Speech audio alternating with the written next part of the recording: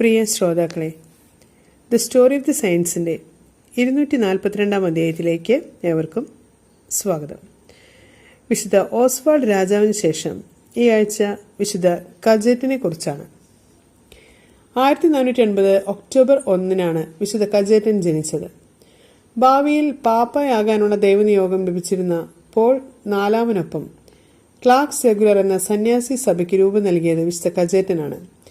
ദൈവത്തോടുള്ള വിശ്വസ്തതയായിരുന്നു ആ സഭയുടെ അടിസ്ഥാന നിയമം. ആത്മാക്കളുടെ മോക്ഷത്തിനു വേണ്ടി വിശുദ്ധ കജേറ്റൻ പ്രകടിപ്പിച്ചിരുന്ന ശക്തമായ തീവ്ര അഭിലാഷം മൂലം ആത്മാക്കളുടെ വേട്ടക്കാരൻ എന്നാണ് വിശുദ്ധൻ അറിയപ്പെട്ടിരുന്നത്. തിയാറ്റൈൻസ് എന്ന സന്യാസ സഭയുടെ സഹസ്ഥാപകനായിരുന്ന വിശുദ്ധൻ യുവാവായിരിക്കുമ്പോൾ തന്നെ ജൂലിയസ് രണ്ടാമൻ പാപ്പയിൽ നിന്നും റോമിൽ സുപ്രധാനമായൊരു പദവി ലഭിച്ചു. എന്നാൽ 1516 പൗരോഹിത്യപട്ടം ലഭിച്ചതിനെ തുടർന്ന് വിശുദ്ധൻ പാപ്പ നൽകിയ പദവിയിൽ നിന്നും വിരമിച്ച് ദൈവസേവനത്തിനായി തന്നെ സ്വയം സമർപ്പിച്ചു. അത്യുത്സാഹത്തോടെ തന്നെ വിശുദ്ധൻ ദൈവമക്കൾക്കിടയിൽ സേവനം ചെയ്തു. അദ്ദേഹം തന്റെ സ്വന്തം കരങ്ങളാൽ അനേകം രോഗികളെ പരിചരിക്കുക വരെയുണ്ടായി. ഇതേ ഉത്സാഹം തന്നെ വിശുദ്ധൻ ആത്മാക്കളുടെ മോക്ഷത്തിനു വേണ്ടിയും കാണിച്ചു. സഭയിലെ പുരോഹിത വൃന്ദത്തിലുള്ള അച്ചടക്കത്തിന്റെ നിലവാരം ഉയർത്തുവാനായി 1524 വിശുദ്ധൻ ക്ലാർക്ക് സെഗുലറിനെ സന്യാസി സഭ സ്ഥാപിക്കുന്നത്. ഭൗതികമായ കാര്യങ്ങളിൽ ഈ സഭാംഗങ്ങൾക്ക് ഒട്ടും തന്നെ താല്പര്യമുണ്ടായിരുന്നില്ല.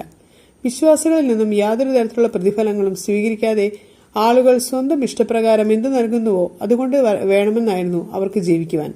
അതിനാൽ തന്നെ ദൈവകാരുണ്യത്തിൽ അവർ അമിതമായി ആശ്രയിച്ചിരുന്നു. അതിയായി ദൈവഭക്തി ഉണ്ടായിരുന്ന വിശുദ്ധ കജേറ്റൻ പലപ്പോഴും ദിവസം 8 മണിക്കൂറോളം പ്രാർത്ഥനയിൽ മുഴുകി കഴിയുമായിരുന്നു. ക്ലെമന്റ് 7 പാപ്പയുടെ കീഴിൽ നടന്നിരുന്ന ആരാധനാക്രമപരമായ നവീകരണങ്ങളിൽ വിശുദ്ധ കജേറ്റൻ ഒരു സജീവ പങ്കാളിയായിരുന്നു. Saint Mary of the Crib ദേവാലയത്തിൽ ക്രിസ്മസ് ആഘോഷങ്ങളിൽ മുഴുകിയിരിക്കെ ഉണ്ണിയായ ദൈവകുമാരനെ പരിശുദ്ധ മറിയത്തിൽ നിന്നും തന്റെ കരങ്ങളിൽ വഹിക്കുവാനുള്ള ഭാഗ്യം വിശുദ്ധനെ ലഭിക്കപ്പെട്ടുവെന്ന് പറയപ്പെടുന്നു. 1527 ചാൾസ് അഞ്ചാമന്റെ സൈന്യം റോം ആക്രമിച്ച് കൊള്ളയടിച്ചപ്പോൾ പാവങ്ങളെ സഹായിക്കാനുള്ള ദേവാലയത്തിന്റെ പണം അവർ കടിയറ വയ്ക്കുവാൻ വിസമ്മതിച്ചു എന്ന കാരണത്താൽ പടയാളികൾ വിശുദ്ധനെ ബന്ധനസ്ഥനാക്കി പീഡിപ്പിക്കുകയും തടവിലിടുകയും ചെയ്തു. ദുഃഖവും സങ്കടവും കൊണ്ട് പ്രക്ഷുബ്ധനായ വിശുദ്ധനെ ക്രമേണ അസുഖം ബാധിച്ചു. 1547 ഓഗസ്റ്റ് 7 നേപ്പിൾസിൽ വെച്ചാണ് വിശുദ്ധ കജേറ്റൻ അന്ത്യനിദ്ര പ്രാപിച്ചത്.